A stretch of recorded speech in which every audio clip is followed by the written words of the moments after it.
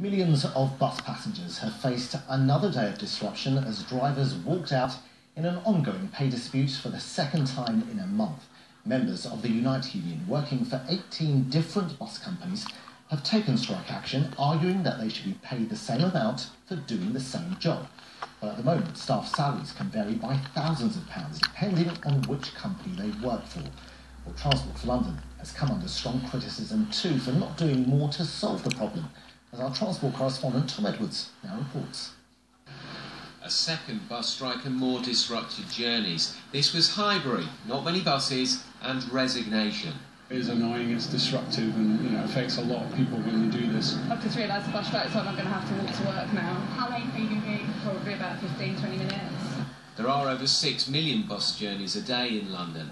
This was Stoke Newington. It's annoying until you kind of realise that it doesn't make that much difference once you're out of the house, I guess. This is how cyclists found the commute from Fulham, much quieter than usual, and this was King's Cross. It's not fair, because now I'm going to be late in college. I use this bus anyway, so I haven't noticed any difference today.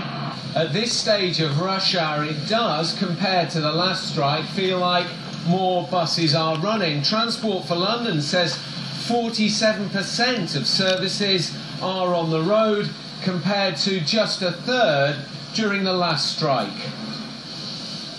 Those figures are wildly optimistic, say the unions. This was how Oxford Street looked. All London's bus routes are to be offered for private tender. The roots of this dispute are in the privatisation of the bus service in London 20 years ago. The unions never wanted it.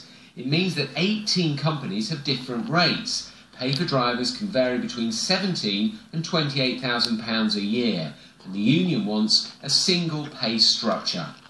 There is a vast difference between the lowest paid in London and the highest paid, and it's probably in the region of £8,000–9,000 from the lowest to the highest. That's ridiculous. Everybody's doing the same job.